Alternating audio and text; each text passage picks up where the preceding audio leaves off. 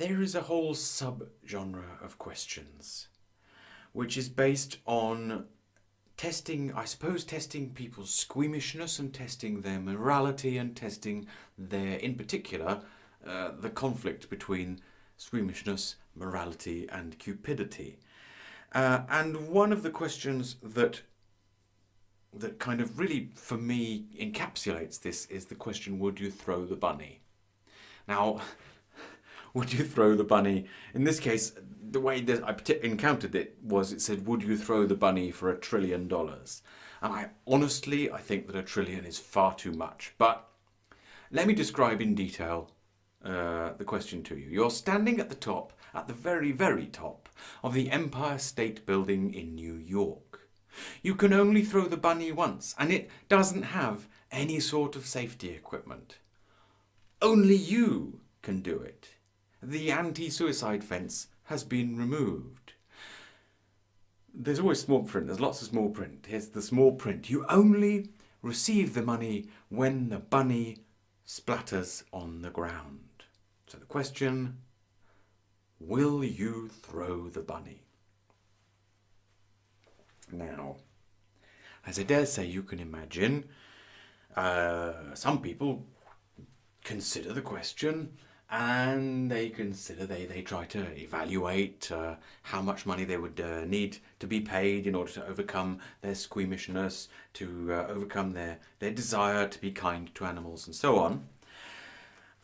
But those are not really the people that the question is intended for.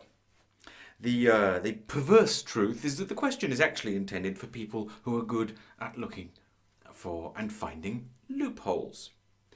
And so you get some quite fun answers where people look for amusing ways of being able to A, throw the bunny, B, get paid, but C, the bunny is fine.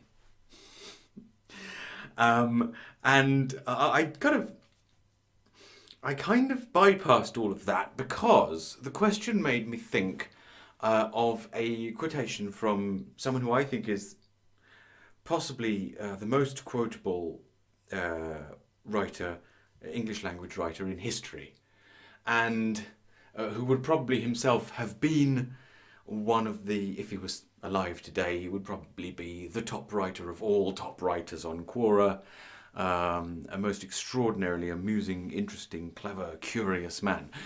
I'll tell you who he is in a moment. So here's my answer. It occurred to me that the bunny might die of fright on the way down.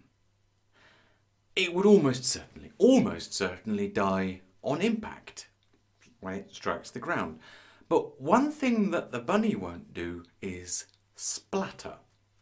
A rabbit just isn't big enough.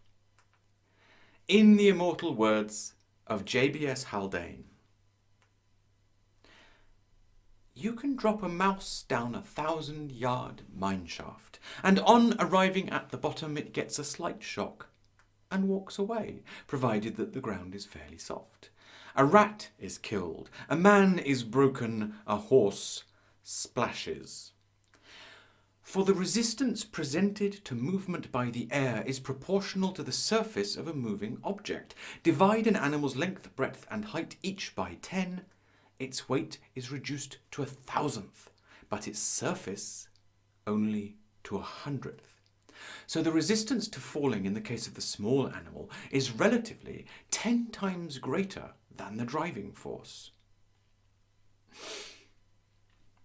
So, based on what JBS Haldane says, you get the money when the rabbit splatters on the ground. So to get the money, you'd first have to force feed about 4 kilograms of lead shot to the rabbit to make it heavy enough to splatter.